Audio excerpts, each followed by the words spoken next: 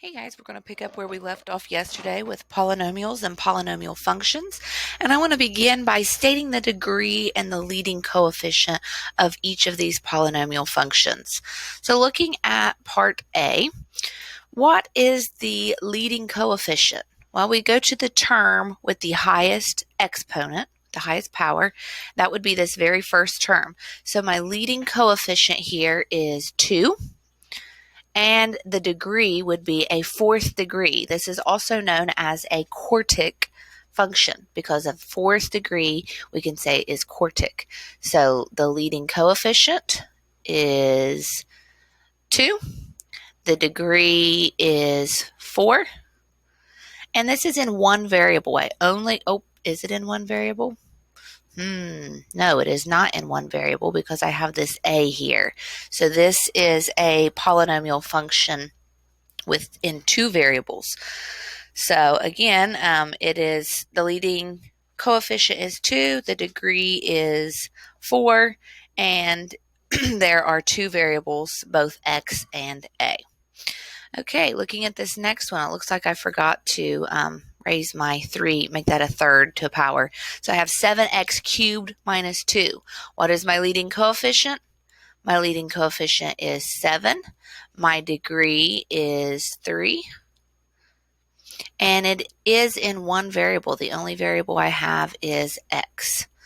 Okay, so looking at this next one, it's a little misleading. Like you're probably looking at this like, well, where do I even start to try to find my leading coefficient? Because I have this one has a degree of 2, this one has a degree of 2, and technically this term has a degree of 2 because I add those two together. So each term has a degree of 2. So we don't have a leading coefficient. We can't say what the degree of this polynomial is. Again, and it goes back to the fact that there's two variables in here. So this is not a polynomial in one variable. There's two variables, both x and y. Okay, so now let's look at this last one. We got x to the 5th, 12x to the 4th, negative 3x to the 3rd, 2x squared, plus 8x plus 4. What is my leading coefficient? Well, it's going to be the leading coefficient of this term. So my leading coefficient is an understood 1. Leading coefficient, I still can't write with this, sorry guys, is 1. And my degree is a 5th degree, or we can call that a quintic degree. I wanted to review these vocabulary terms. Quintic and a 4th degree is called a quartic. I think I told you yesterday that beyond the 4th and 5th, they don't really have names, and typically we don't use the words quartic and quintic, but they do have names. I guess I lied to you. We usually go with a linear function, which has one term. Or which has one variable. No, never mind. I was talking about monomials and polynomials. I wasn't talking about degrees. Now I'm confusing myself. So anyway, if it has 1 degree, it's called linear, right? 2 degrees is called quadratic. 3 degrees is called cubic. 4 degrees is called quartic. And 5 degrees is called quintic. I had to remember what I was talking about yesterday. That's a long time ago. Okay, so back to this, evaluate and graph the polynomial function. So I'm going to read this to you. I didn't type it all out because who wants to read a whole big bunch of words, right? But it says the density of the sun in grams per centimeter cubed expressed as a percent of the distance from the core of the sun to its surface can be modeled by this function that I have typed out, where x represents the percent as a decimal. At the core, when x equals 0, and at the surface when x equals 1. So it says evaluate the function. Find the core density of the sun at a radius 60% of the way to the surface. So all we're going to do, remember x is the percent as a decimal. So if we're talking about 60% here, we're going to change that to a decimal. So I want to move it back 2 places. That equals 0.6 as a decimal, right? 0.6. We're going to take that and we're going to plug it in place of x, and we're going to solve this function. That's all we're doing. So I'm going to pull up Desmos here.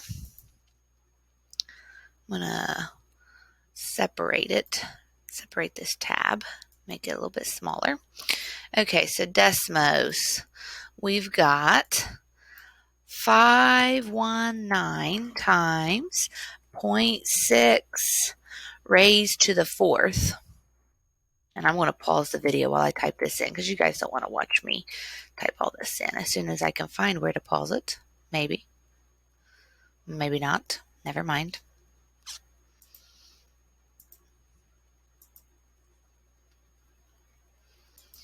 Okay, there we go. Got it typed in. 519 times 0.6 to the fourth minus 1630 times 0.6 to the third plus 1844 times 0.6 squared minus 889 times 0.6 plus 155 gives us a total of 0.6224 grams per centimeter cubed. Okay, so let's go back to this other screen here. Let's minimize this and see if we can join them back together, hopefully. There we go. Okay, so back to this screen.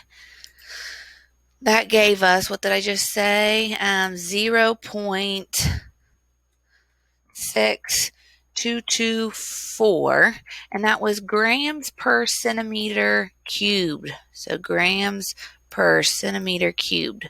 So what does that mean in terms of this problem?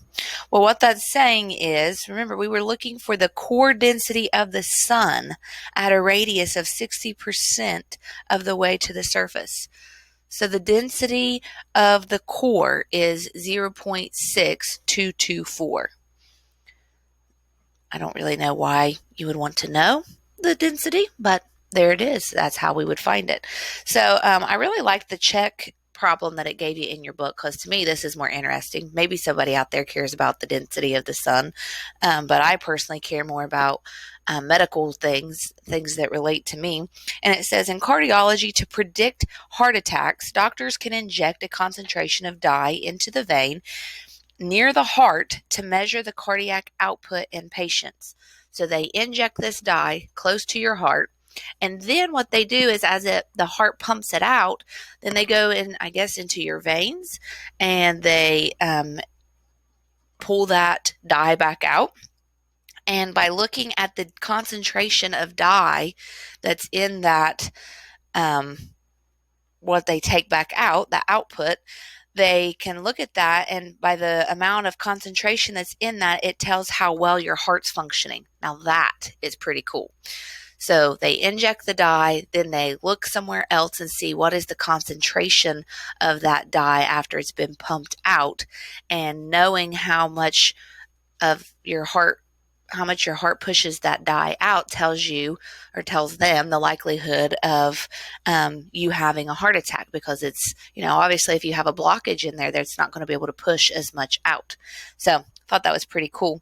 So the polynomial function that it says that they used was, let me see if I can write it on here, f of x, let's see, here's my mouse, f of x equals negative 0.006 x to the fourth, negative 0.006 x to the fourth, plus 0.14 x to the third, plus 0.14 x to the third,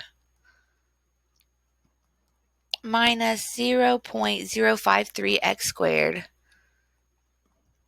plus 1.79 times x, where x is the time in seconds.